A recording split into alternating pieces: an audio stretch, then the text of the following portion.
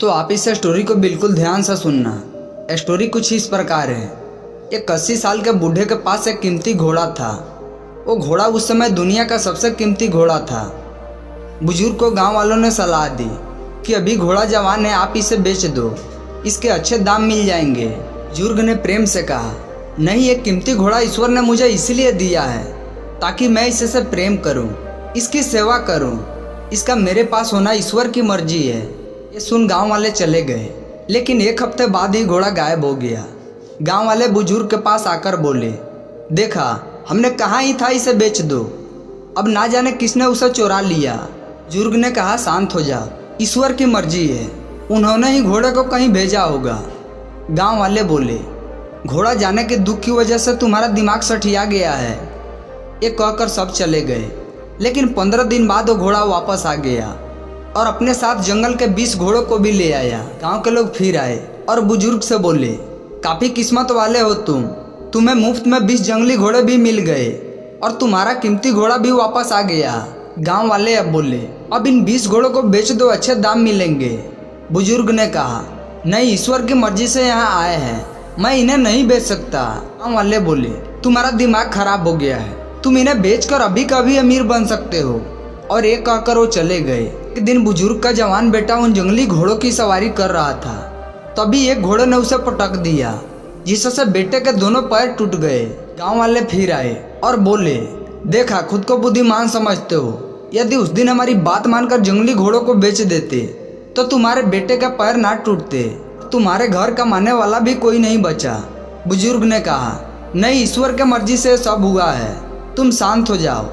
गांव वाले इस बार बुजुर्ग को गालियां देते हुए गए कि तुम और तुम्हारा ईश्वर सब बकवास है। कुछ दिनों बाद गांव में जंगली प्रजाति के लोग घुसे और गांव के जवान लड़कों को बलि देने के लिए उन्हें जबरदस्ती उठा ले गए, लेकिन उस बुजुर्ग के बेटे को नहीं ले गए, क्योंकि उन्हें स्वस्थ शरीर के लोग चाहिए थे कि बुजुर्ग के लड़कों के पैर पट्टियों से बंधे हुए थे।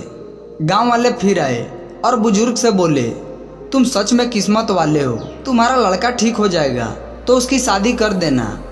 बुजुर्ग ने कहा, नहीं, ईश्वर की मर्जी, उसे जो मंजूर होगा वो होगा। वाले बोले, सन की बूढ़े, तेरे कुछ काम सफल हो गए तो तू खुद को महान मत समझ। गांव वाले गुस्से से चले गए। कुछ समय बाद लड़का स्वस्थ हुआ। लकड़ी काटने के दौरान वो राजा के महल के आगे से रोज गुजरता था, जहाँ राजा की बेटी और उस लड़के को एक दूसरे से प्यार हो गया। राजा का वंश संभालने वाला कोई दूसरा ना होने की वजह से राजा ने उस लड़के से अपनी बेटी की शादी करवा के उसे राजा बना दिया। लेकिन मजे की बात यह हुई कि इसके बाद गांव वाले फिर कभी सलाह देने नहीं आए। वो बुजुर्ग दरवाजे पर बैठे गांव वालों का इंतजार करके हंसता रहा और मन ही मन कहता रहा, पागलों, सब ईश्वर की मर्जी से होता है, तुम बेवजह ही घबरा जाते थे। दोस्तों, इस कहानी से आप 2 बातें सीख लो। पहली बात, आपको नहीं पता कि आज आपके साथ जो हो रहा है वो कल आपको किस जगह पहुंचा दे, आपकी किस्मत में क्या लिख दे। इसलिए आज कितने भी बुरे समय से आप क्यों ना गुजर रहे हो, थोड़ा सब्र करो, ये समय आपके लिए कुछ ना हो बड़ा लेकर आया है, जो आपको बाद में पता चलेगा। दूसरी बात, जिस व्यक्ति को ईश्वर अल्लाह परमात्मा पर पूरा भरोसा रहता है कि वो मेरे साथ कभी गलत नहीं होने देंगे, ऐसे व्यक्ति के साथ ईश्वर कभी गलत नहीं होने देते। ईश्वर की व्यवस्था पर यकीन रखिए। इसलिए बुरा समय है तो ईश्वर पर आस्था रखो और मेहनत करते जाओ और एक दिन आपका संपूर्ण जीवन सफल हो जाएगा। दोस्तों, आपसे दिल की एक बात कहूँ, कुछ अच्छा करने के बाद भी आप लोग अच्छे काम को सपोर्ट नहीं करते और बिना मतलब के चीज़ों को पसंद करते हैं। अगर आप अपने चैनल ब्रह्मचर्य साधना को सब्सक्राइब करते हैं तो हमें भी आपका सपोर्ट मिलेगा। दोस्तों, आप इस वीडियो को यहाँ तक देखें, आपका बहुत बहुत आभार।